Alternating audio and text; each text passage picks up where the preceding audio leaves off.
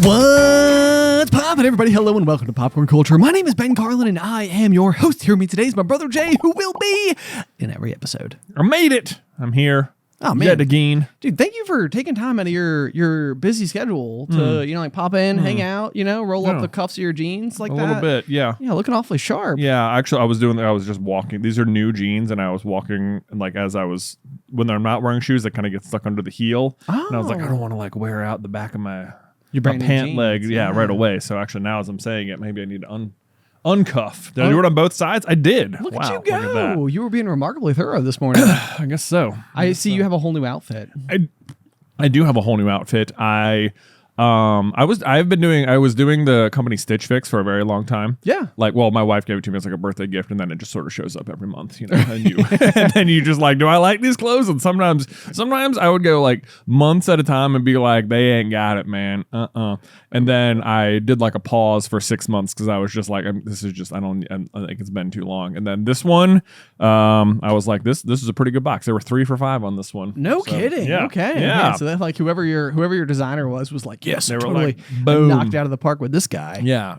Maybe that's what you got to do though. You got to hit the pause button, and then like, oh man, this is like our one. This guy already paused, so we got to really like try this time because otherwise he's probably gonna vamoose. What if they've got like choice pickers that work over at the Stitch Fix factory, and it's sort of like we got to call in like the big guns. We need like our closer. I do feel like that's probably the case. Oh really? I mean, because I went through so many different like stylists or whatever. Oh. I feel like it was constantly changing, and I wonder if someone gets like a 0 on you, they're like, nope, you weren't a good match for them. Switch it. I mean, actually, that does make a lot of sense. Yeah, because it's sort of like you gotta figure something out. Yeah, or like maybe it's just like an extremely high turnover job, or also possibly that. Yeah, yeah. I could see a world where that happens as well. The funny thing to me about Stitch Fix is that like on some level, it's sort of like a cheat code on like how to be like better at fashion. Yeah, because it's sort of like this is kind of neat. But then there's like it's like a, how do you best describe it? Almost like, because personal style is so something that you choose, Yeah. And so like on some level, I felt like back in the day, it was almost like if I was getting Stitch Fixes, it was almost like if someone was like, oh, I love your outfit, it's sort of like, where do I land on this? It's like, thank you for noticing that I had a proper stylist come in and help me figure out how to dress. But on the flip side, I also felt like oftentimes like I would get stuff and it would almost be like, wow, this seems like a really like unusual like top for me to wear. Like I never reach for stuff like this. Yeah, well, exactly. And you throw it on and like Alice is like, wait a second, I love that. And you're like, you do? Yeah. And it's like, yeah. And it's like, oh. And then you're kind of like, now I like to wear kind of like whimsy, colorful button-down shirts. Yeah, I do see what you mean, like where it's like, oh, someone like I ordered a service and they like outfitted me, so it's like, do I get points for like having picked this out? But it's like at the same rate, why? Like I can see why you'd feel like, no, I wouldn't, but then why wouldn't you get points for hiring someone to help you? No, yeah, right? Yeah. I mean, absolutely right. Yeah, that's like, it's like you care enough to do that. Proper, yes. I mean, it's the same thing, like if you were to like hire like a trainer, I feel like it'd be like, well, I got really in shape, but like I hired a trainer, so like, it doesn't really count. It's like I know I'm really smart, but like I went to school, so it's not really like it's not really on me. It's not like my intelligence. I like had teachers, so it's like I don't. Yeah. Well, you had a question recently that I absolutely loved in an episode of After the Final Pop about charisma. Yeah. And the question was whether or not you can like learn charisma, right? It was, is charisma only allowed to be natural? So it's like, because like if you have, natural charisma, it's just like everyone likes talking to you. It's easy, it's easy to convince people to do things, or like you just have like a way of interacting with people. But it's like, if you were then to maybe say, go like, if you're not naturally gifted with that, then maybe like you want to improve your own people skills. So maybe you like, read a book, like, how to interact with people or whatever.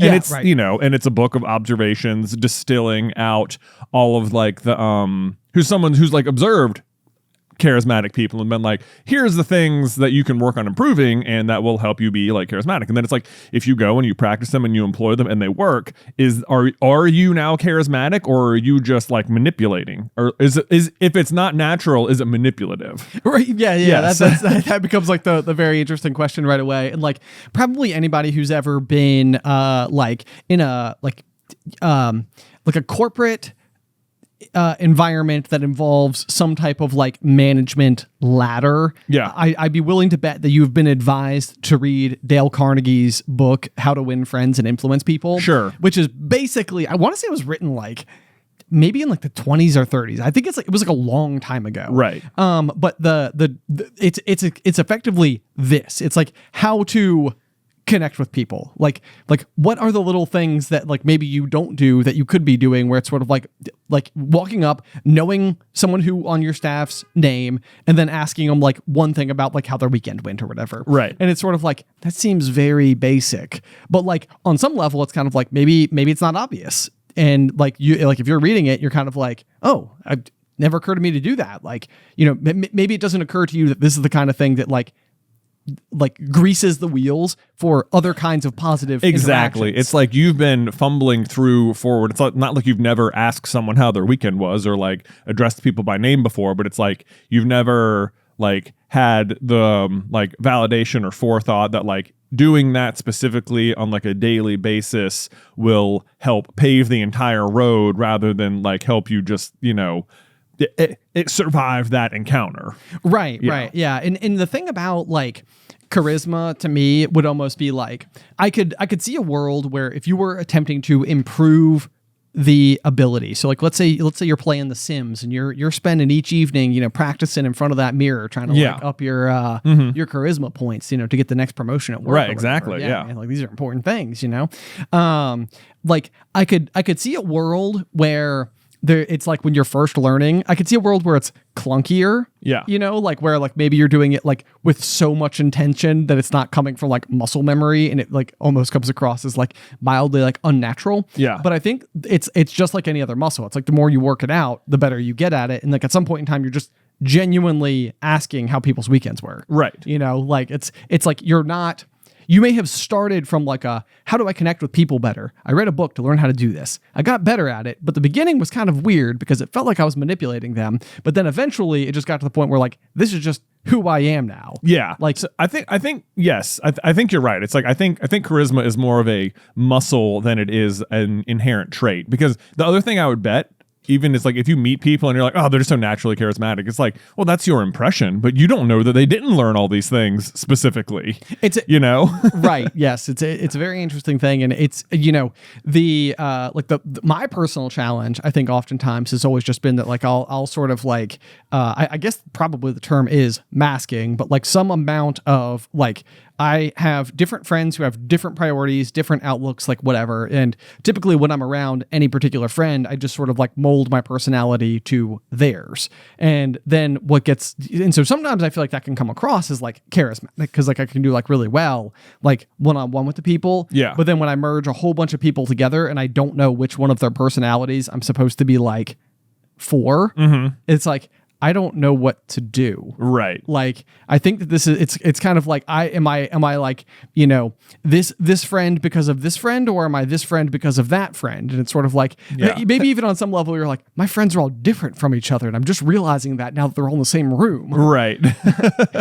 But it's also like, then, is the real answer then, just be yourself or whatever, is it the belief? It feels like that's born of the belief that people wouldn't like the real you. Oh yeah. I mean, and I think that's the real thing. And then probably like for me personally, I think part of the problem was that like I had done it for so long that you start to lose or like literally leave behind the real you. Yeah. And you're sort of like, who even was that person? Who even was that guy? Yeah. And I mean, it's actually kind of interesting. It kind of is a neat little setup for a piece of a conversation topic that I wanted to do on this week's episode of The Pop, because I've been watching the latest season of The Bear, which is a TV show I quite enjoy, about this like Chicago restaurant type situation.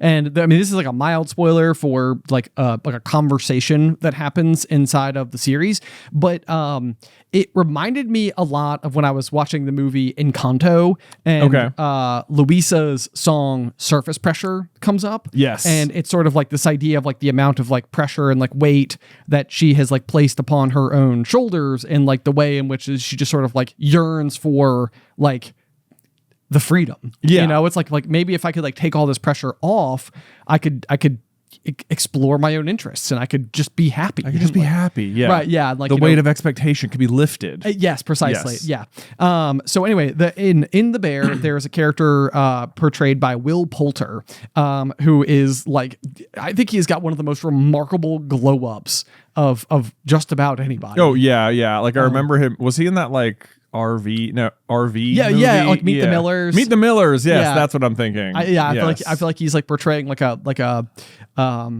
kind of socially awkward son. Yeah. And then he's also in the Maze Runner movie where I think he's kind of like the jerk amongst the group. He's like the one who like calls everybody greenie and does all that type of stuff. Yeah. But then eventually he became like he was in Guardians of the Galaxy as like the all gold. Like Adam Warlock. Yeah. Yes. And he's just sort of like glorious looking. Yeah. But anyway, when he shows up in The Bear, he's just like really like this like cool chef guy who like, it's like awesome. He's just like cool European chef, hot guy. Yeah. Exactly. Yeah. But there's this like really amazing conversation that he's having with one of the chefs that like works on the staff, who is like still trying to like learn from everybody around her, like on how to like get better and better and better at like what she's doing and like increase her times and stuff like that. And while she is talking to Will Poulter's character, she's just sort of like how do you start to deal with the pressure? Like, how do you make the pressure go away? And the way that he responds is like, well, I think at some point you don't want the pressure to go away. At some point you don't know how to function without the pressure. Like the pressure starts to be the thing that like brings you to the top of your game. Like it's almost like the pressure is like what you want. You yearn for it. You need it. Like it's like without the pressure, like who are you? Right. And it was like one of those things that I was like, while I was listening to it, I was like, wow, this is a different kind of like phenomenon that I have never heard somebody express. Because like I feel like we've existed, especially over like maybe like the past 5 years or so, in a world where like hustle culture has been like very much like identified as a concept and almost sort of like, it's like people are frustrated with it. Like it's almost like you need more time just to like explore yourself, right? You know, like like not everything needs to be monetized. Not everything needs to be like your next side hustle. Not everything needs to be like building. What is it called? Where you go and like make contacts everywhere. Yeah. Like, networking, you know, like not everything needs to be hustle. And so this was almost like a version of it where like these are people who are very proud of their craft. Yeah. And it's sort of like part of what refines our craft is the pressure. Like we need that to keep going.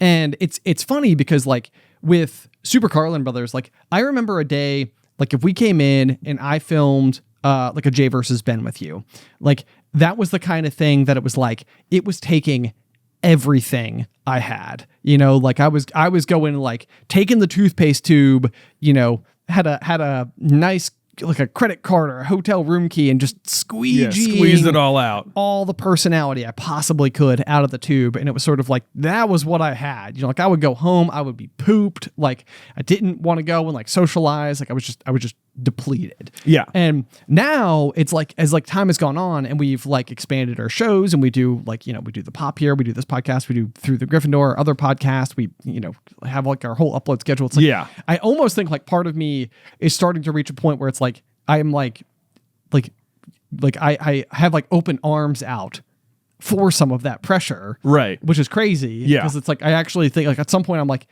it's making me better at like what we do, but almost in like a charisma way too, where it's not like I'm trying to get better. It's just like I am better. Like I'm like, does that make sense? Right. Like, I mean, we've done it so many times. Yes. Now, like, it's like, you know, and there is an interesting thing that happens here where like, you know, sometimes we will be really working to deadline. We're coming up on a couple of weeks here where it's going to be like, I'm going to be out for half the week. And then I think like next week or the week after that, you're going to be out of office. And then like, you know, we're going to be like in and out here for like 3 weeks. And then we are going to like be back in office and then going out on tour for Through the Gryffindor. Right. And it's going to be like those weeks get a little tricksy because, if we're both not here, typically means we have to film a lot of stuff. Or anytime we're about to be out of office for a while, it's like you really got to get ahead. We got to plan on it and stuff. And there is this like huge amount of like pressure that you can start to feel that it's like, oh my God, we have so much to do this week. What are we going to do? But inevitably, like we find a way to work through it, whether we just, film 3 things a day, or whether we like hire a freelance editor to come, as a release valve here or there or something like that.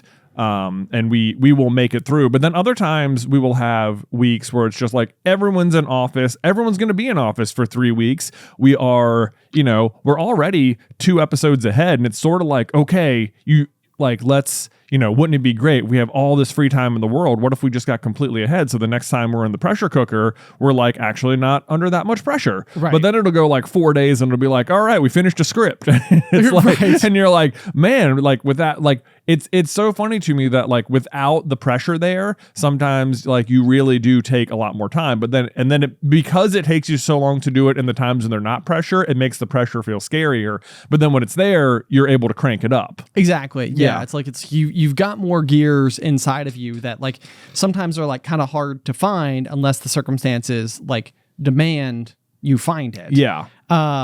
So like I thought that was very interesting. Like I literally like watched the whole scene. I suspect it's going to be like one of those like just clips that goes down in like, TV quotation history. Like it's going to be something that like people like read while they're having like, or listen to that like when they're having like a bad day. Like it's just, the whole scene is just really, really solid and amazing. And it was like, I got to the end of it. I paused it. I looked at Alice and she's just like staring at me and she's like, should we watch that again? And like, we literally like rewound it and just watched the whole scene again. Mm-hmm. And it was just like, holy cow. Like that was so good. That was so interesting. And I felt like it was like speaking directly to me.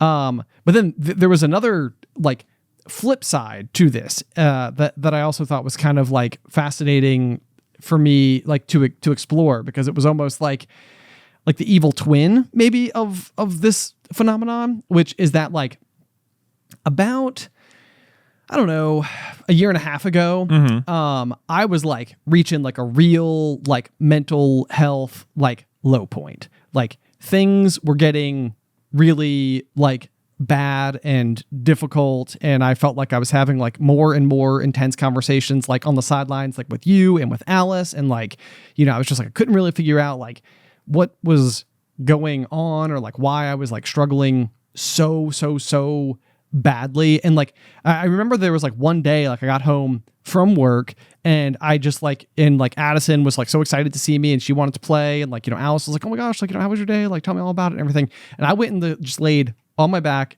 in the living room, like on the ground, and just like I didn't move for like an hour and a half. Wow. Like I was just like, yeah, I'm out. Like I don't know what's wrong. I can't move. I can't summon the energy to move. Like I'm done. Right.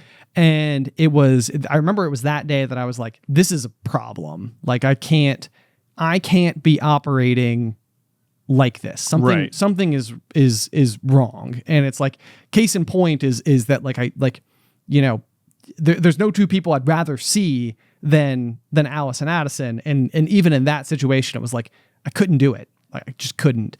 And so I like went on this like massive, like, I went down and I tried to find like every mental health professional I could find. And I was sending out feelers to everyone. And this was me like basically like, sending up the smoke signals or whatever. It was like, I need someone who can help me. Right. And miraculously, like, I mean, call it like, the benefits of living in a small town, the benefits of academia, I don't know, like industries that collaborate. I ended up finding 3 different mental health professionals, all of whom were completely separate offices, but all knew each other as like colleagues who work in the same field. All had different like, letters at the end of their names, like whether they were, like doctors or, whatever, therapists, psychiatrists, yes, psychologists, and like the difference between psychiatrists and psychologists and what that means and all that type of stuff. And what was crazy about it was like I went through and I had these like, you were very gracious with it as well, because like I had to take like a bunch of time off to like go and do these like massive like marathon days, like where I'd be like, the therapist I was working with like cleared the day, and it was like I went and spent the whole day there, like doing tests and assessments and all sorts of craziness.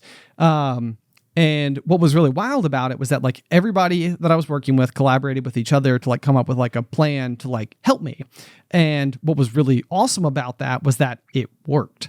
Like it was amazing, like I was like, holy cow, like, like they got like everything regimented in just the right way. And like, we got like the routines and like the advice and like the introspection and like everything that I needed to like feel better. And like, on the one hand, the end result with that was that like all of my like hobbies and interests and like things that like I used to love doing that I couldn't find any fun anymore, I started to like love again. Yeah. And it was that's like, good. Yeah. So it was like, oh my gosh, like my hobbies, they're back. I'm enjoying doing stuff. Right. And I haven't been enjoying doing stuff.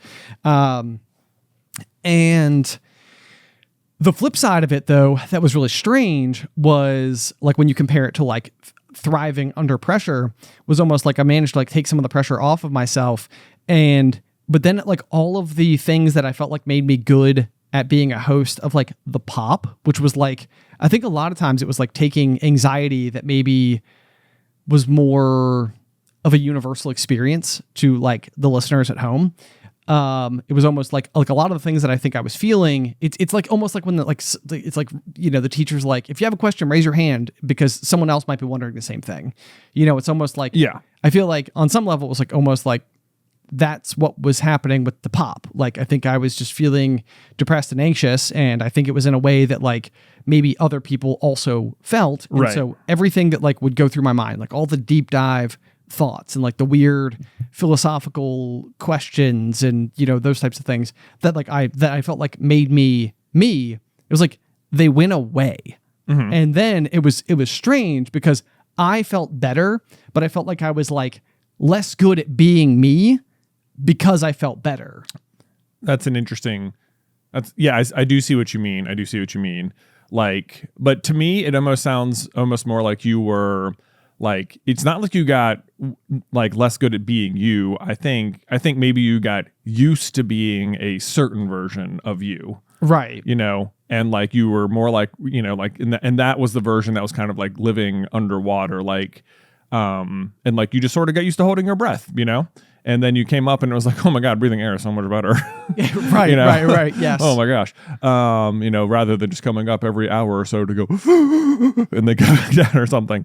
But like, it sounds to me like, I don't know, like it is, I think you were really good at like, putting, a personal take on like a feeling many people can go through. But like, I remember you kind of like telling me that before, like, like we've had this conversation like off air before as well. Right. Where you felt like you were like not, I wasn't having as many deep thoughts or whatever. Like, I don't know, like what makes me me? And I'm like, to me, I was like, I think you were maybe like overvaluing that particular trait about yourself. Like, I don't think that's the reason people like you. Or like when I don't think of you as like that. That's who I think of when I think of Ben kind of position.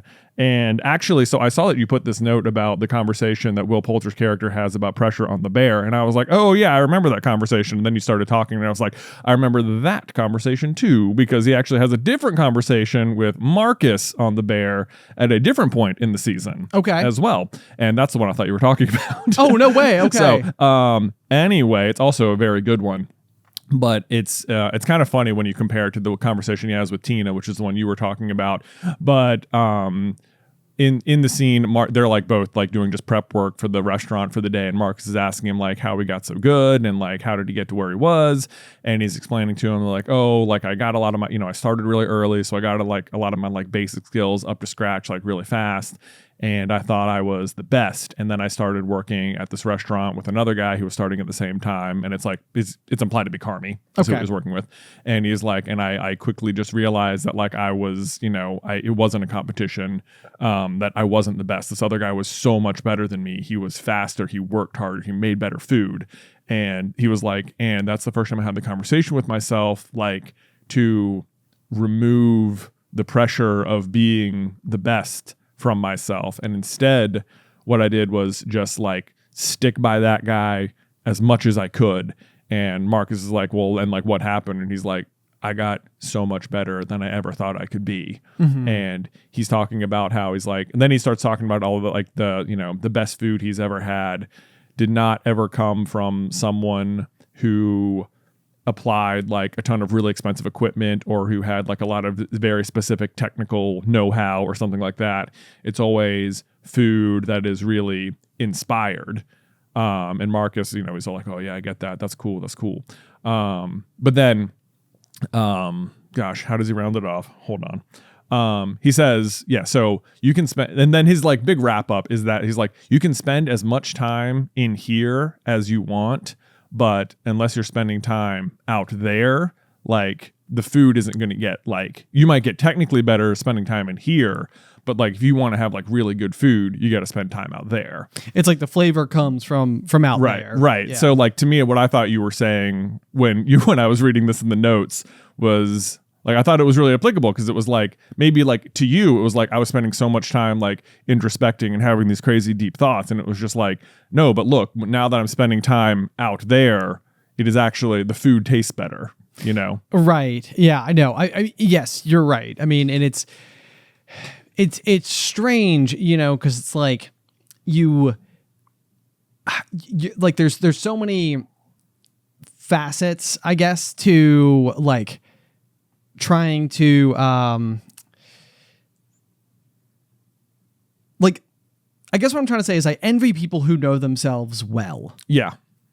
And I think that like a lot of times, like I sort of like know myself based on like what other people can tell me versus like what I can discover about myself. Like it's almost like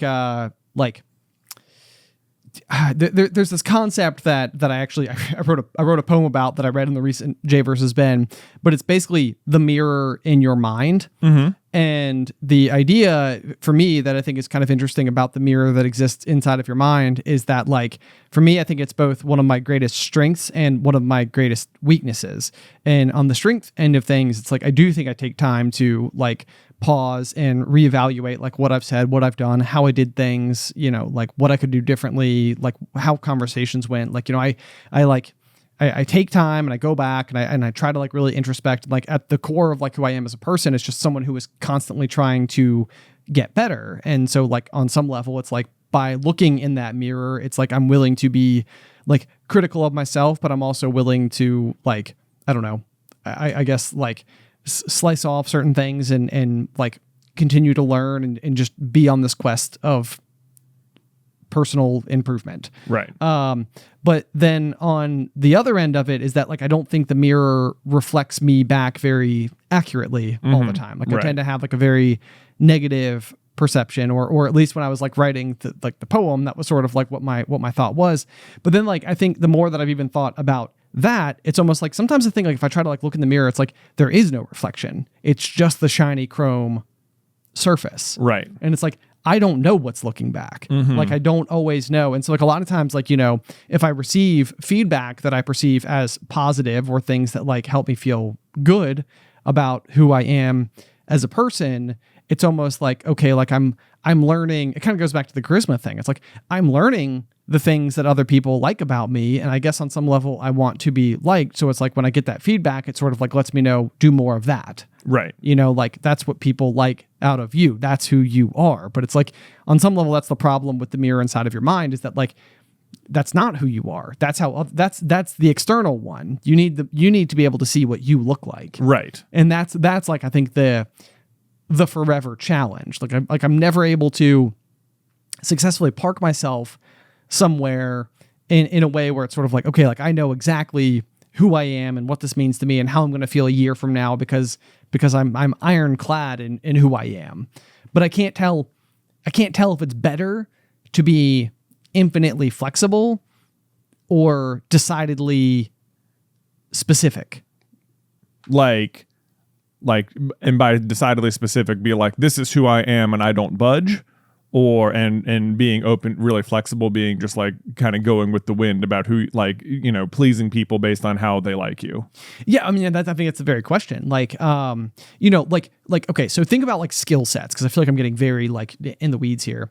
Like, you can be a generalist or a specialist. Yeah. Right? Like just those two various options with a huge spectrum in between. But like a generalist might be kind of good at a lot of things, but not really good at anything. Jack of all trades. A jack of all trades. A specialist is like very good at one thing. Right. Or very good at like a small specific skill set. But they excel exceedingly well within that arena. Yeah. And it's sort of like I guess sometimes what it feels like is I am a generalist surrounded by specialists.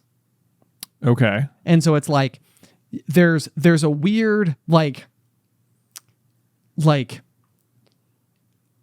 isolation that can happen with that, where it's like you kind of look around and it's like everybody is like at their workstation and they all know exactly what they're doing. Not like our literal work here, but like, you know, figurative like life work.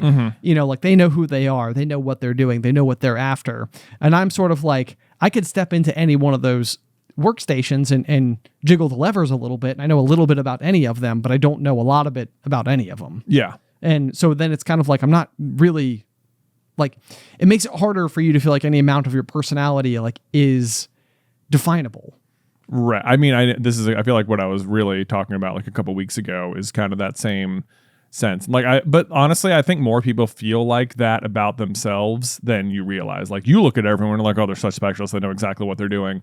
But like inside everybody, they're like, I have no idea what I'm doing. Everyone else seems so like they know what they're doing. Right. You know? Right, yes. Like, you know, sometimes I was reflecting on that even just this weekend. I feel like, you know, like, or, you know, the mirror inside your mind or whatever. It's like, I feel like what I was a couple weeks ago when I was having my whole emotional moment or whatever. Yeah. I feel like if I want to apply it to that, it's like when I look at that mirror inside my brain, it's like I see a version of myself and I'm like, that is like who I am. I have all these different qualities about me that I like that seem to make me up.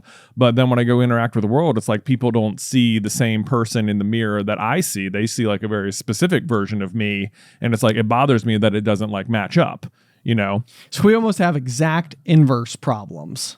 I guess so. But then at the same rate, what I think what's basically been happening, what I've really maybe then been going through is that, like, you know, maybe that just felt like it was happening more, or like I was maybe coming more to terms of like, well, it's like if it is never matching up and it is like a constant proven track record of like people acting like you're like, this is the image that's in the mirror versus what you look like in the mirror, then it's like, you know, are you lying to yourself about what you're seeing in the mirror at all? You know, like, am I staring more at a portrait I've painted of myself rather than a true reflection? Oh, you know, it's a very interesting question. Right. Like, okay, you've almost like gone through and you've like depicted like what you want yourself to be like. Right. But that could conflict with what you feel like. Or is it more like this is a picture? Like it was a snapshot of what you like, who you were. Right. You know, and for a very long time, not a whole lot changed, but now it's been a long time, you know, kind of thing. So here's a question then, is that like, let's say you have a clear image of who you are in your mind. Mm-hmm. Like, to me, where like the like from where I'd be standing, like the envy would be like, I can't believe how lucky you are to know what that picture looks like. Right. Because like on some level I'm like, I don't know. But like on the flip side, it seems like it bothers you that like other people don't see you the way you see you. Right.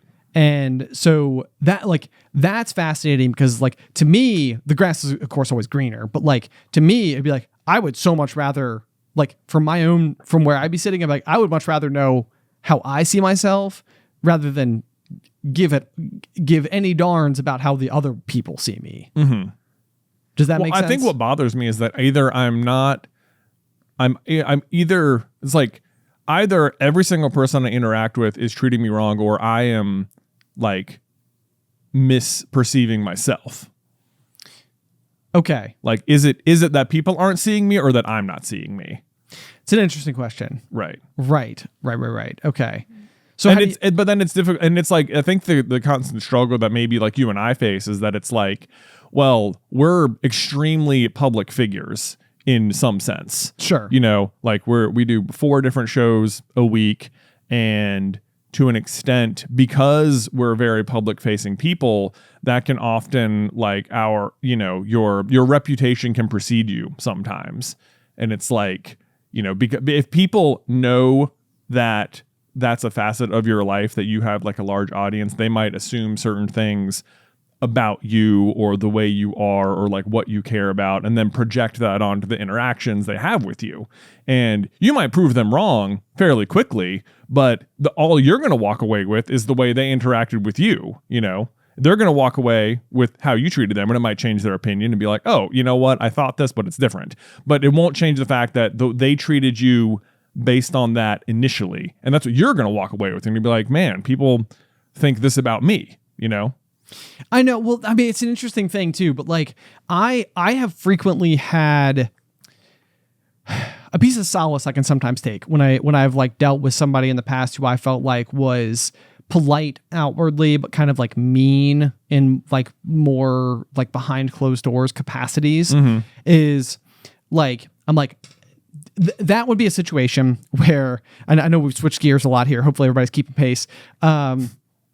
Where sometimes I'm like, other people are perceiving this person in a much better light than I think they would if everybody knew all of it. Right.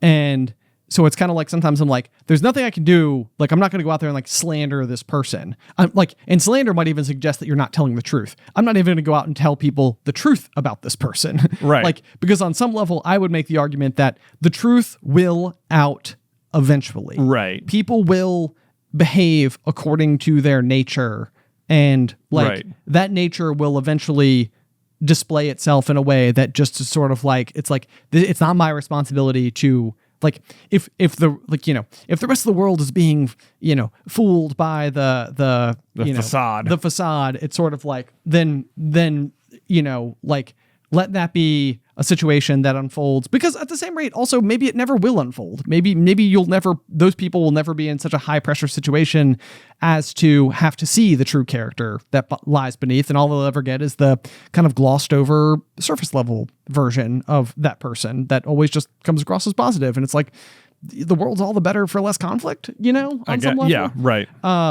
But so to take that example, like the truth will out, like if you have aspects of your personality that you know are in there, it's almost to me like, who cares if people don't see them right away, because eventually they will. Right. Like, sure. You know, it's like, I know who I am. And again, this is where to me, I'm like, that's like a superpower.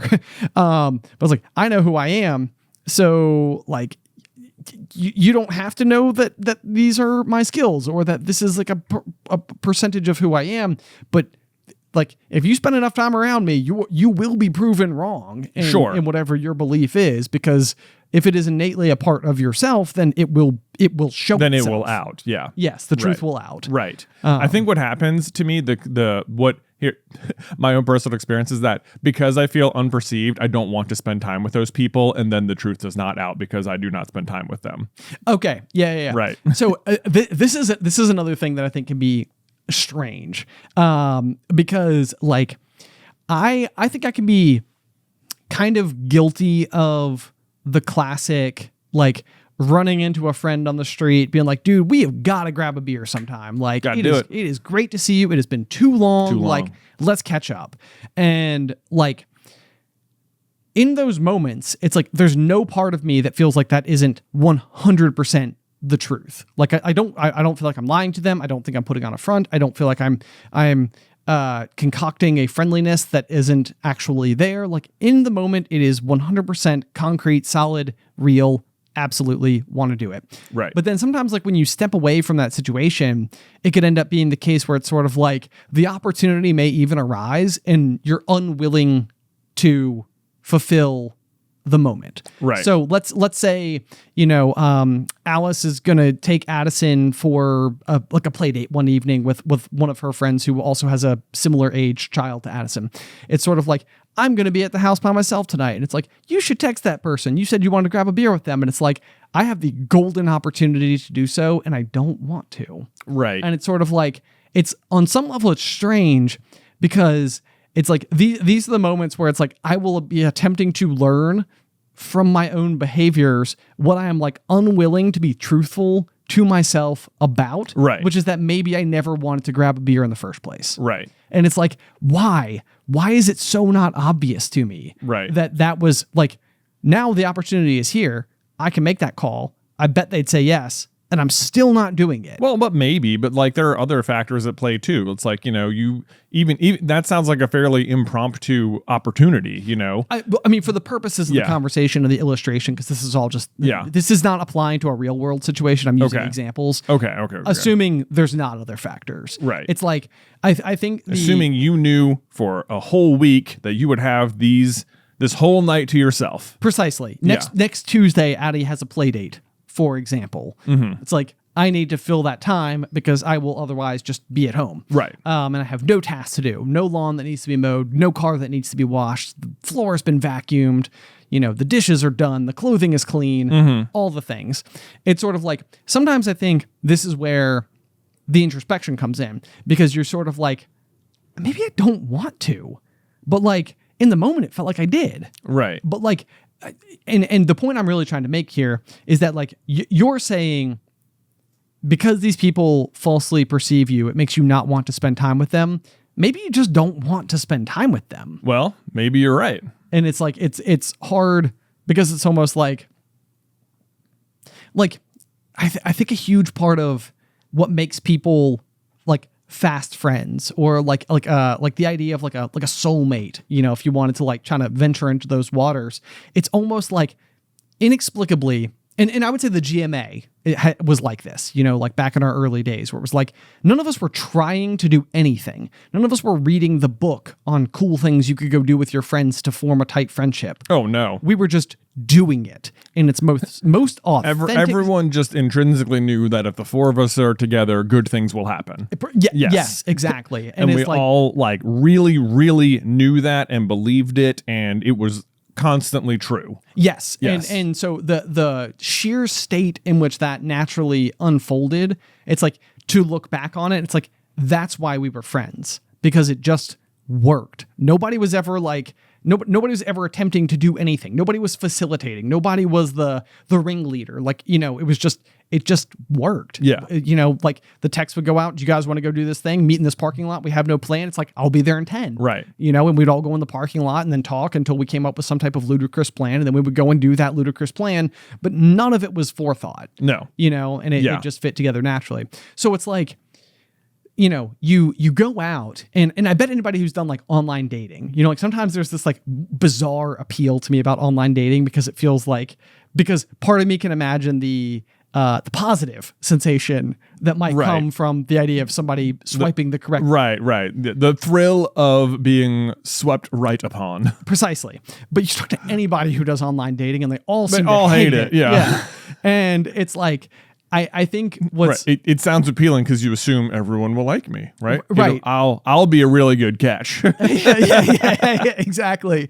Yeah, it's like you and I'll only meet great people. Only that. Yeah, because like that's also part of the problem too. Is that like if you're out in the dating world and you're just sort of like free roaming, like I'm at the gym or I'm at the grocery store, I'm at like whatever. It's like you could see someone you're attracted to from across the way. You have no idea what their current relationship status is, who they're interested in, whether or not you would fit the mold, all those types of things. So it's like what may stop you from walking over to somebody and saying hello is like, I have no idea. But the glory of the online dating app is like, everyone here, at least, and of course, I'm sure there's people out there that would like laugh at this sentiment as if it was true. It's like, we're all single.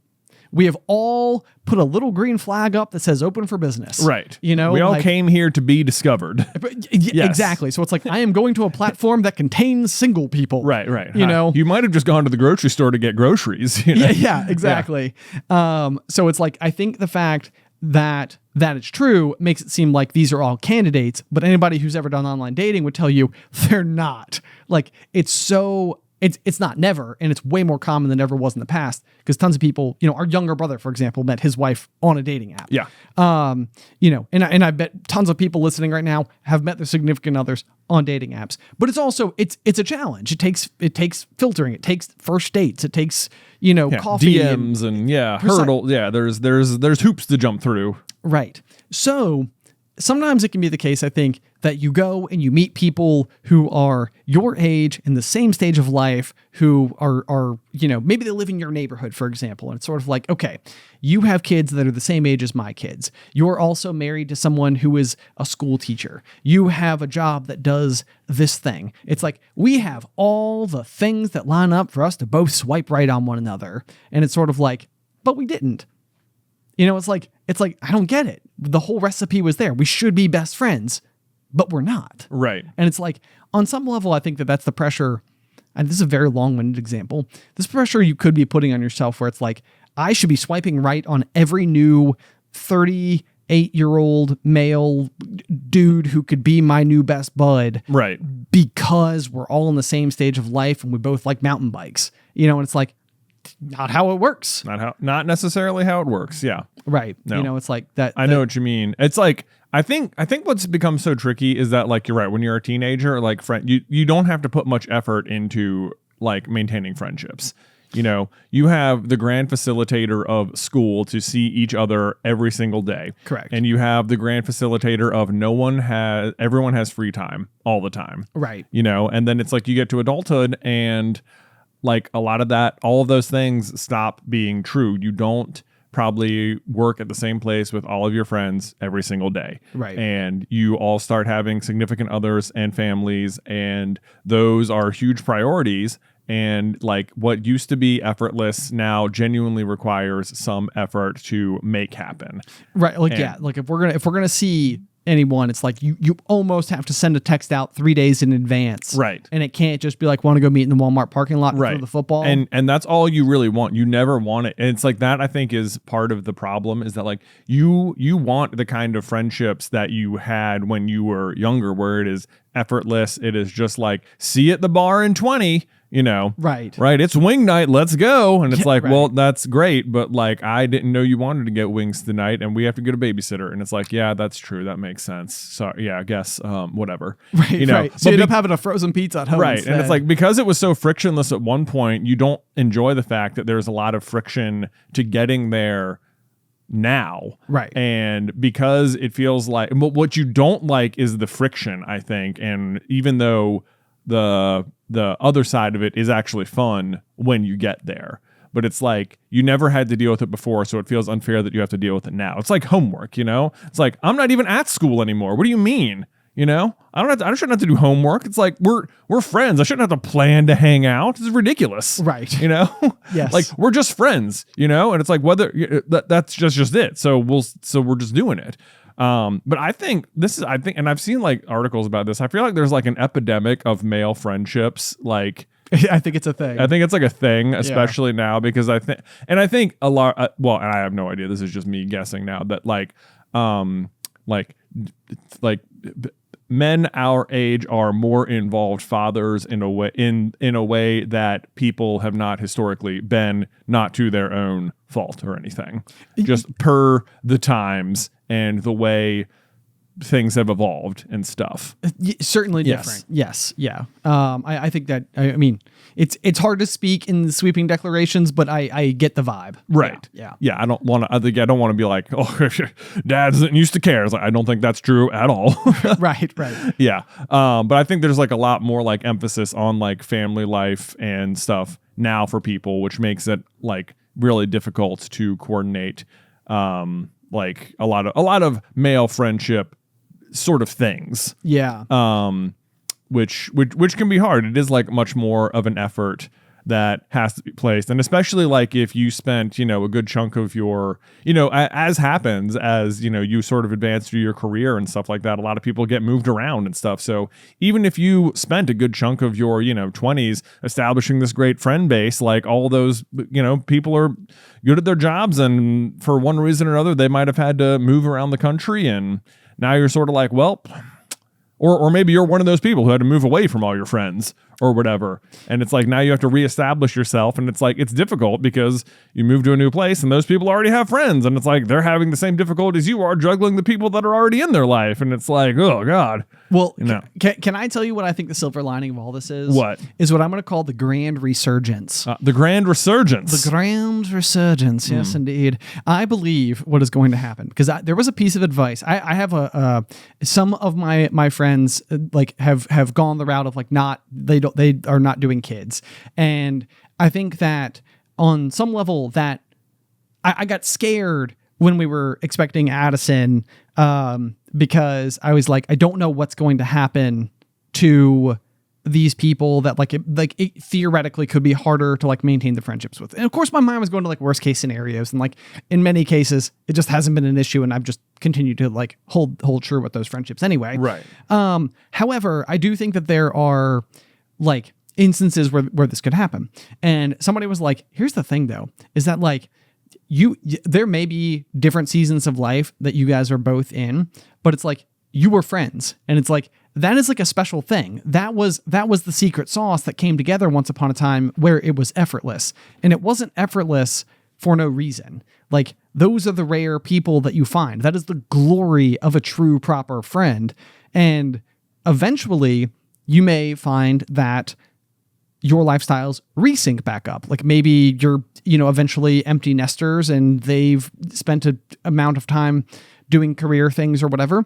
And it's like when let's say we're 58 years old or whatever, and all of a sudden it's like, hey, I am available. You want to go grab that beer? And it's like, right. Heck yes, I do. I will see you there. Right. And the piece of advice was that like friendships don't just like vaporize. Right. Like they are always there. They will always be there. And it's sort of like at some point in time, what's going to happen is the door is going to reopen, and you're going to have the grand resurgence. And it's going to be like, all of a sudden it's going to be like, dude, we now have the ability to do what we once did again in a different season of life entirely. And now guess what? You have so many stories that they haven't heard, right, that you get to tell them. Right. Yeah. You know, and it's going to be amazing and glorious. And I do think that that's something that gives me, you know, tremendous hope. And when we talk a lot about our parents on the show, and I know that they both listen to the show.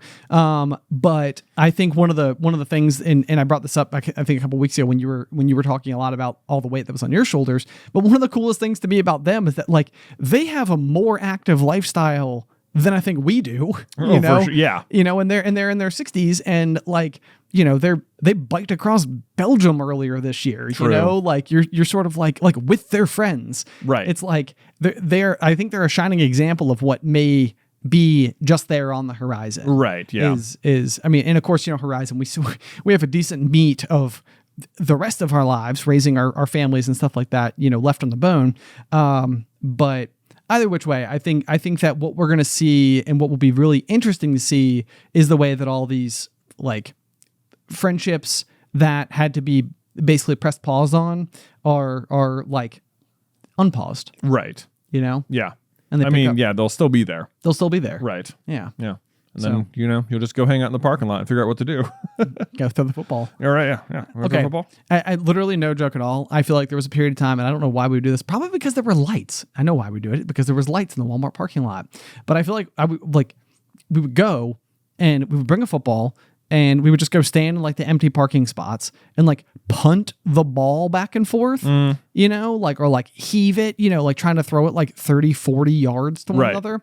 And I think about like the cars in the parking lot that were just trying to go and do their shopping at Walmart, that must have been looking at this like group of 4 teenage kids who were punting the ball back and forth in the giant asphalt, right, like Right. You know, it's like, what troublemakers? But what troublemakers indeed, you know, like, cause they're all walking out there. I mean, it's entirely possible. I would even say it was likely that the ball oftentimes like would bounce and like hit someone's car. It's just, I know. And I remember that exact like feeling too. And it's like when I remember being, 16 or 17 or whatever, and just knowing with absolute knowledge, like, and certainty and confidence that only a teenager can feel that, like, if the football hits their car, it will literally make no difference. Like, yes. It's like, guess what? Like, will it have hit it? Yes. Is it going to like make any physical damage, dent, like unfixable thing? No. Like, and like, I knew that to my core.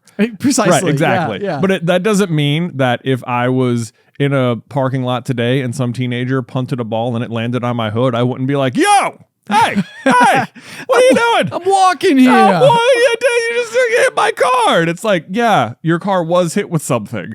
And right, yeah, exactly. Right. And like, how would you feel? Is there a dent? Can we go rub the mark off? Yeah, like, right. Yeah. It's like, yeah, it's fine. Like nothing actually happened. That's the thing too. Is I never think of us as these like, and I'm speaking in like very broad strokes here, but like I don't know, like hoodlums or something, not at all. I never thought of us as like doing anything, but at the same rate, there would have been a period of time where if you were driving your car in front of Cave Spring Middle School and you happened to look out the window inside of the storm drain entrance, you would have seen 4 little faces looking out at the road. Yeah. You don't think they're up to any good. Yeah, precisely. They certainly shouldn't be down there. Why are you in the sewer system? It's like, why not? Because we are tunneling. Honestly, I can't believe you're not that interested in it. Right. It's like, do you know how many cool things are in here? There's so much cool things. It's obvious why it's cool. Right. You have a favorite flashlight. It's weird right? you even have to ask me about it. Yeah, but these are things that we did, and it was just sort of like,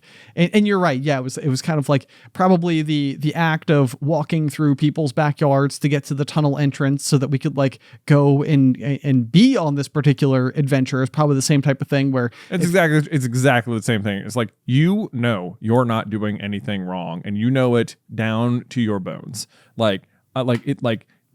Any anger anyone could have at me for walking through their yard is completely irrational and misplaced, because I'm literally just like, it's just through where I need to go, and like I'm not doing anything and I'm not going to harm anything, and it's ridiculous for you to even be bothered by it. Yeah, precisely. Yeah. But at the same rate, like if I looked out my window and there were kids walking through like my like yard or whatever, I'd be like, hey, what? Like guys, why are you in my yard? Yeah, like fence. This is a strange behavior. Strange. It's like, yeah, but you have the manhole cover that we need to get to, and it's in your yard, so like we'll be gotta get through that. Don't mind us. Don't mind us. Did you know these are a lot heavier than you realize? Mm-hmm. Also, did you know that they are circles, because then they can't fall in on themselves and hurt anybody down on the inside? Fun fact. Keep that in mind if you're ever applying to Harvard. You know, enjoy. Yeah.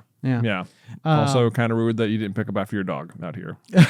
You know what I mean? I'm in your yard. You know what I mean? I'm in your yard. What's up with this? Come on. Yeah. Dude. Okay. So, this was us as teenagers. It's so aggressively, regularly that like that. I think we had a certain kind of like, I don't want to throw other teenagers under the bus, but we were pretty straight edge as far as things go. We were. We didn't drink, we didn't do any drugs of any capacity at all. Yeah, we weren't smoking behind the dumpster. And I think we operated with such like a sense of righteousness because of that. Like in terms of like there we are, it's hilarious. Anyone could think we're the ones doing anything wrong, and like we sort of always knew we're not doing anything like wrong. Maybe we shouldn't be trespassing in your yard, but like, are we actually doing anything wrong? Exactly. Yeah. It's like, oh, I'm sorry. Did you pulled us over because like we were speeding, right? Yeah. Like we were going like 5 miles over. It's like you pulled us over because we were like 4 teenagers at night, right? Yes. Like you're positive you're going to find something else, and we know you're not. We know you're not, and so because we're not those guys. we're not those guys, but we're also still like frustrated that you've done this to us, right? And now we're not going to make it easy. Exactly. I would hate to run across us. I know that's the thing. Like older, if you came across us, the older I get, I mean, the number of things that I think about, like that like we did, that I'm like, if I found out that Addison was doing this, I would be like so upset with her. No, but like I do try and remember this. Like we had like in my neighborhood one night, there was a group of like 13 teenagers on like their little electric scooters out of my hat, like back in our day, they were foot powered. Oh yeah, exactly. This is so funny. Like when I feel like when we were like in like high school, middle school, if someone saw you using a scooter, a foot powered scooter to get around the neighborhood, it would have been like, that is just the dumbest thing. That is like, dude, just walk. Chronic cause for like, embarrassment. Don't you have a bike or something? Like sure. It would have been like and I say this because at the time when like a lot of people were getting into like skateboards and stuff, like I never really had a skateboard, and I would go to the skate park on my scooter. So this is me speaking from experience because I know that's how it was. Okay. Yeah. I'd be like, I'm gonna hit the half pipe on my scooter. I'm a razor, you know. I'm a razor. Yeah. It's got a wheelie bar. It's got a wheelie bar. Yeah, dude. It's got a it's got shocks. It's got front suspension. No big deal. No big deal. Yeah. It's like I don't even notice it when I run over this bump. It is not. It is not the case at all anymore. Everyone has the electric scooters in my neighborhood, and it is the agreed upon best way to get around the neighborhood by everyone. And there was just a whole, I hate to use the word gang because it makes them sound so much tougher. A gaggle? A gaggle of scooterers. Nice. Outside my window. And they were just being they were just being teenagers, but they were just, having loud conversations and, all that stuff out. And, I'm inside being that adult now, like, oh my gosh, my kids are in bed. If these guys if they wake up my kids, like, should I go out there and tell them to move on? And I'm like, no, don't be that guy. Don't do that. Like, this is like, it is an absolute necessary part of being a teenager to roam around the neighborhood at night with all of your friends and be loud. Like, it's the amount of freedom you are permitted. Yes. Yeah. Like don't go yelling at them for this, because if that was you, like you would, you 16-year-old Jonathan would have known for sure that if people were being bothered by how loud you were being, then like that is a them problem, not a you problem. Sure. Whether or not that was true, I know that they all believe that's true and that they are not actually doing anything wrong, because they're not really. They're just sort of being loud, and it happens to be near me. Yeah. Yeah. And you're exactly right. Because I think also when you're that age, you just don't really know how much like noise travels either, because you're the one who's usually outside making the noise, not the one inside hearing the noise. Right. But I do remember that our like literal next door neighbor growing up had a trampoline in their backyard, and it was really neatly like enclosed by this like grove of trees. Yeah. And so like when I was in middle school, like we had like the middle school directory that would go out that would just have every person who everybody's phone number. Yeah. And so you would go through and you would call everybody and you'd be like, hey, do you want to go meet at the trampoline? And like, so we would, same thing. It's like the people were very nice and we knew them, and you would like wave to them every morning when you went to get the newspaper or whatever, like that type of thing. Like it was all good. But we would go and like all sit on the trampoline and like talk and be raucous and do nothing other than use the trampoline the way the trampoline is meant to be used. But it occurs to me how noisy that had to be. Trampolines are creaky machines. They're creaky machines, and 7 middle schoolers is inevitably making a lot of noise. Yes. Yeah. Right. Yeah. So I could see a world where he's just literally like staring out his window, being like, they have their own trampoline next door. Why are they using mine? Why are they doing this? What are you doing here? Like I could see that. No one wants, especially trampolines. Like you don't want to be liable for children hurting themselves on your trampoline. Also true. Suddenly. Yes. That's the kind of thing that feels like it would be way more restricted today. Right. But back in the day, it wouldn't have been. The same thing. Like when I was probably like 8. It wouldn't have been like an unusual thing for me to go get on my bike and ride my bike a mile to CVS to buy candy. And I would do that from our house, and I'd be like, Mom, I'm going to CVS. And I would just go like, get on the bike and go. Yeah. And it's sort of like maybe it's not as wild as it seems to be now. Right. But like, we were just like, I'm just leaving. Yeah. Like, right. Just, I'll see you. Yeah. I'm going to ride my bike into town, sort of. Right. Yeah. Right. Yep. Yeah. Mile away. That is okay. So I wrote another thing down here. Is that I think, so this over the weekend, Luke lost his front tooth, which was exciting. Nice. And so he had some tooth fairy money he wanted to go spend. Sure. Burn a hole in his pocket. Yeah, burn a hole in his pocket. He's like, I just want to go spend my money. And we're like, okay. And a lot of times he'll want to go to Target, but this time he was like, no, I want to go to the mall. I want to go to the mall. And I was like, why? What's the why? And he's like, because they just have like so many more stores. Like you can just see so many more things. There's stuff to do. You can like get food there. Or you could like, they have like a train you can ride and Okay, so he's taking the mall in for all the glory that it is. Right. Exactly. And like so this is what I think is that like, so if you talk to anyone about shopping malls right now, they're just sort of like, they're like on the way out. They can't compete with Amazon or any of the online retailers. We as adults don't go shop in person nearly as much as we used to, whatever. Sure. Shopping malls, dying business or whatever. But I don't know if that is going to last. I think we are in a severe dip in shopping malldom, as it were. Basically the argument is that malls are inherently useful, even if the people who have previously used them at their finest have abandoned them. Exactly. Yeah. Exactly. Well, here's what I actually think is that like Luke's fascination with going there and like seeing stuff in person and like picking it out and getting to interact with stuff like when we were growing up, we went through like the whole, we like have seen every version of the internet so far. Yes. Like we were there for dial-up and AOL and Internet Explorer and Google and YouTube and high speed, and now it's on your phone and Right. Yep. We went through every version of it. But like kids now have not been through every version of it. They have only lived in the fast lane of tablets and phones, and the internet is everywhere. It's in the air. Anything you want, all the shopping is whatever there. Right. Like the super convenient version of everything, which we have like slowly walked our way into for our whole life. Right.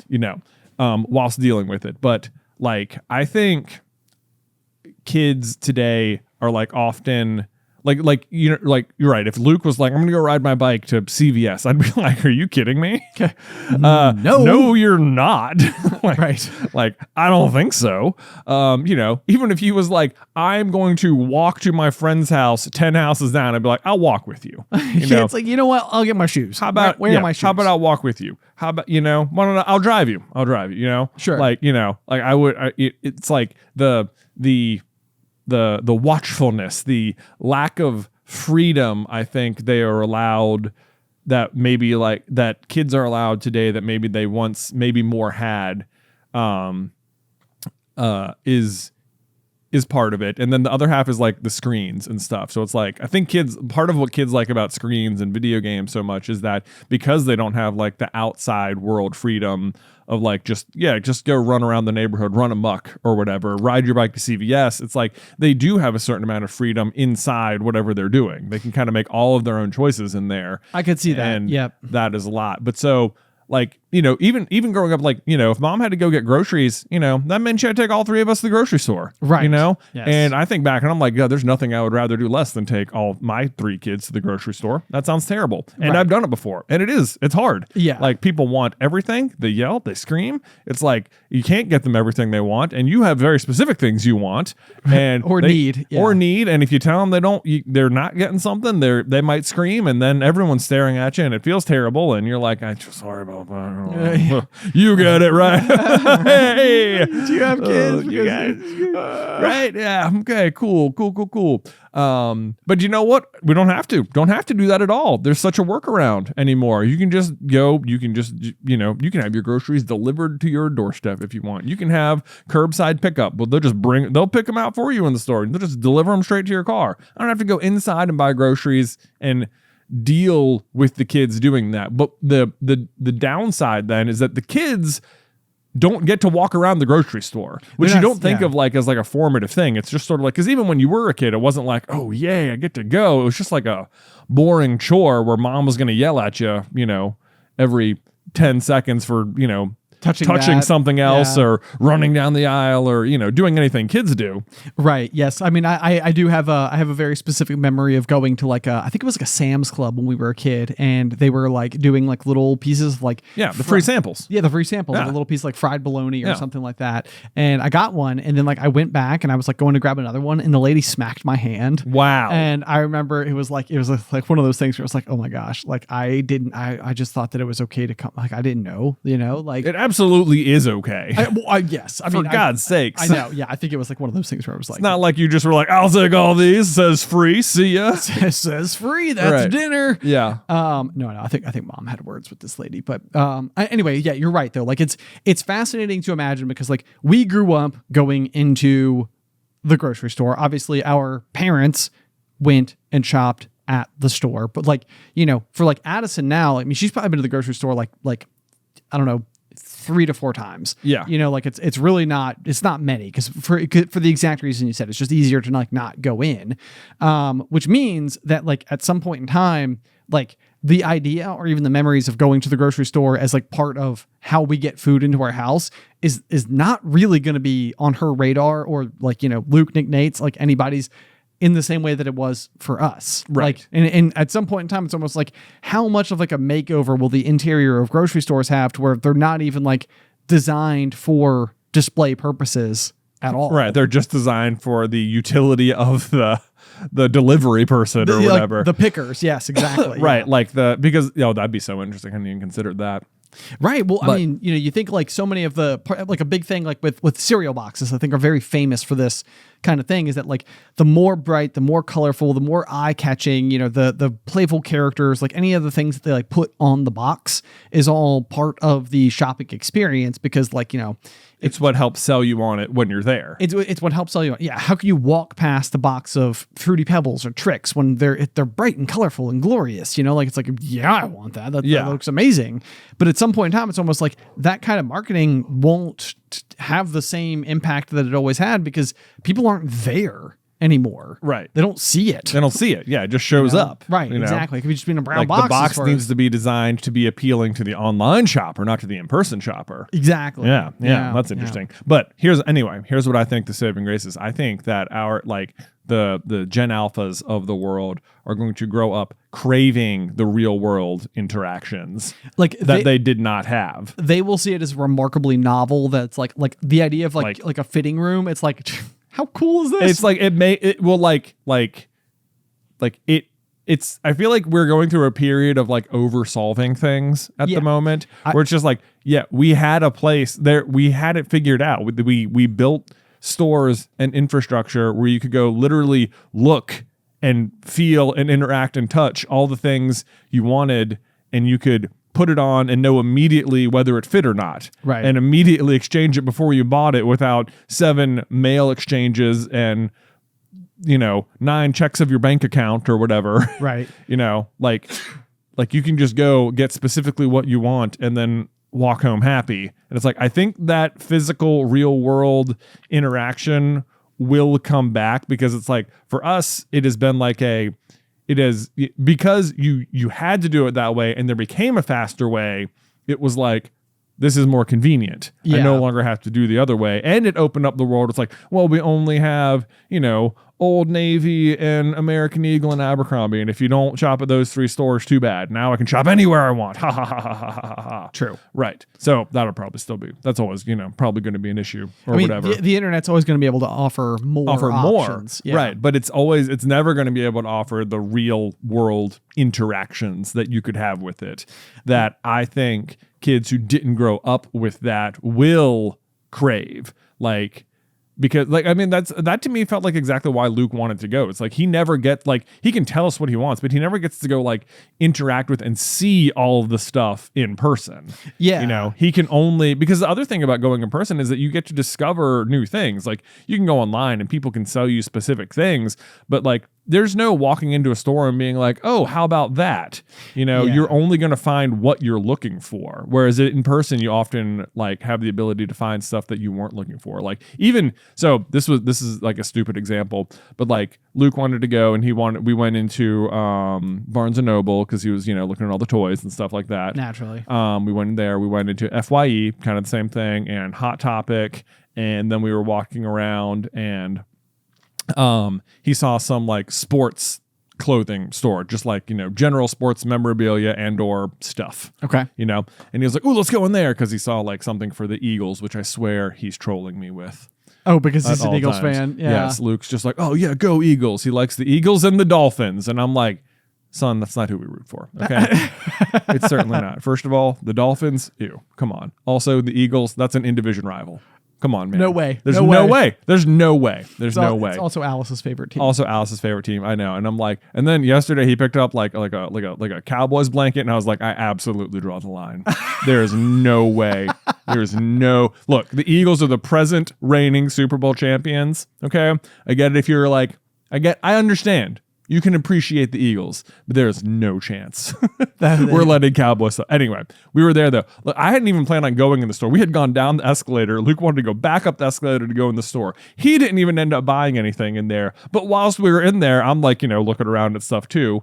And there's like Celtic stuff in here, of course, because and I was like, oh yeah, look at this, and I'm like walking around one of the things, and they have little like pop vinyls, and I'm like, oh my god, there's a little pop vinyl of Jaylen Brown, which is Beth's favorite player on the Celtics, and it was just her birthday last week. I was like, I'm getting this for Beth, and she'll think it's funny. Nice. So we walked, like I had no intention of buying anything at the mall, like. And do I need a pop vinyl of Jaylen Brown? No, not at all. But you got to relive the glory days of an impulse buy. Exactly. I wasn't even going to go in this store. Luke didn't even buy anything. Right. I went in there with no intention of buying anything, of just humoring Luke, and I ended up spending, $20 on a pop vinyl to make my wife laugh for 3 seconds, Right.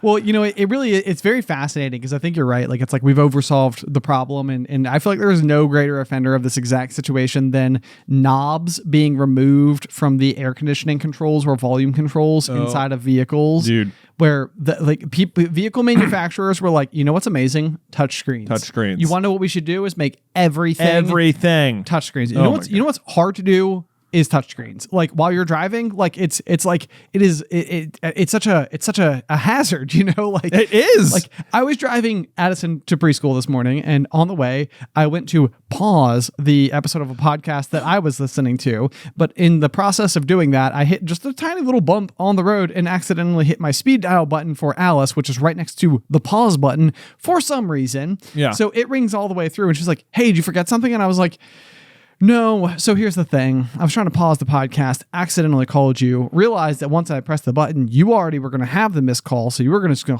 call me back to make sure that you didn't miss something. So I was like, well, I may as well let it ring through all the way. And then she answered. And now here I am telling you the story. And if so facto, I was trying to pause the podcast. And so now we're talking. Now we're talking on the phone. God forbid you're on like Spotify or something, which started playing on your phone, and you go to press pause, and you bump and you just accidentally hit like a different artist. Oh yeah. And then it's like you hit, oh wait, hold on, let me go back. And it's like, back, you just pressed this. This is the first song. You can't go back. And you're like, no, I can. It's like, no, well, you started on the car, so this is a new interface. So back doesn't exist. And you're like, but I can't pick up my phone now because I'm driving. Right. And now that's gone. Now you pick up the phone. It's like what you were listening to was gone. It's like, forget it. You're never getting that song back. Enjoy Chaperone Radio. The other thing is that like anything I Siri onto like this is maybe more of a Spotify problem than a car problem. But if I like ask it to play something via Siri, so I don't have to interface with it,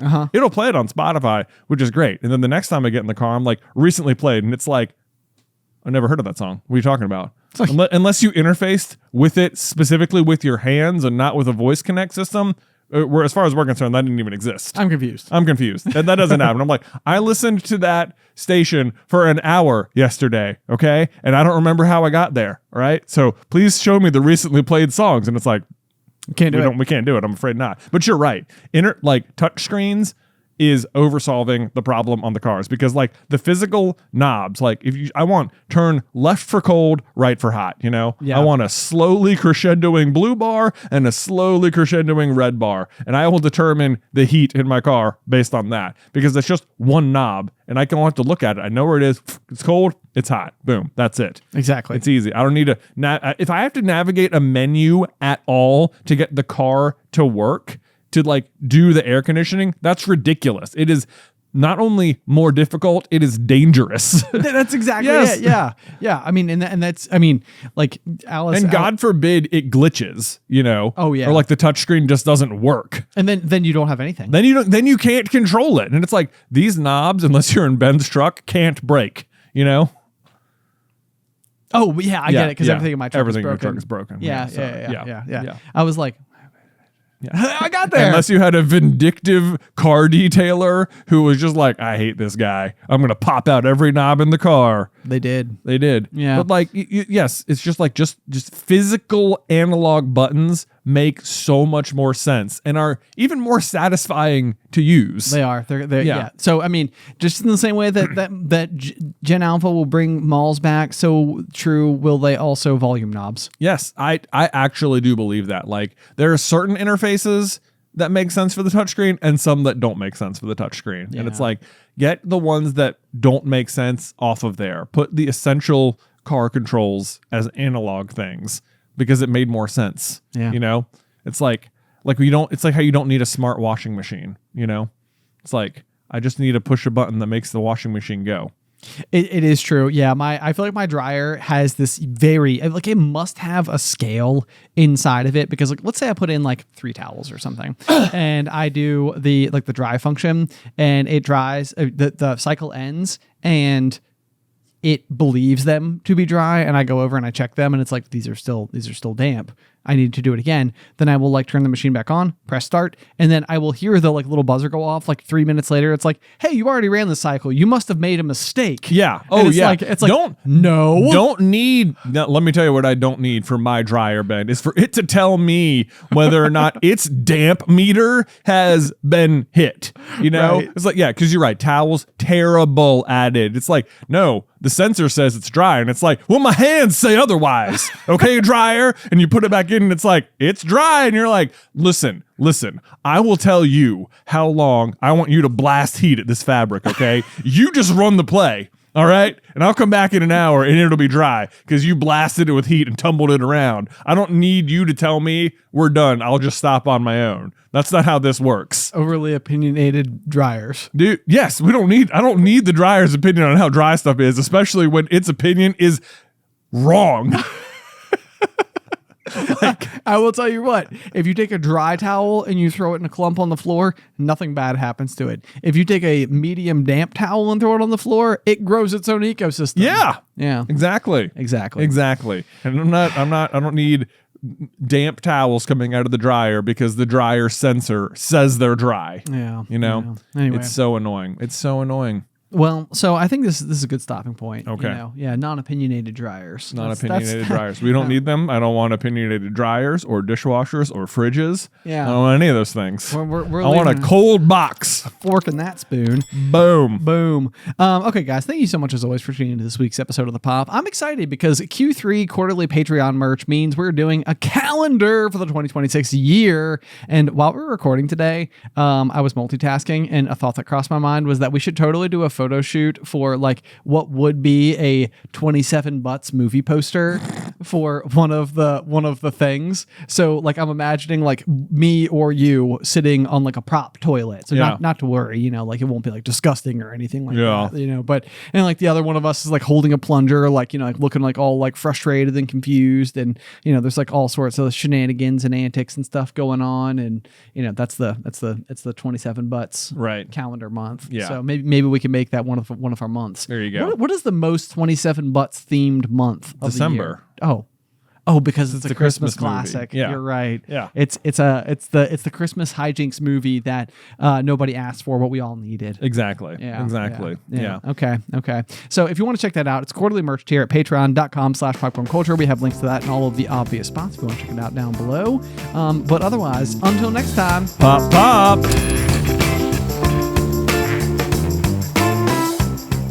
Today's episode was edited by Isybelle Christley. Vaishon Brandon does our art. Catherine Stein is our production manager, and the show is hosted by me and Jonathan Carlin.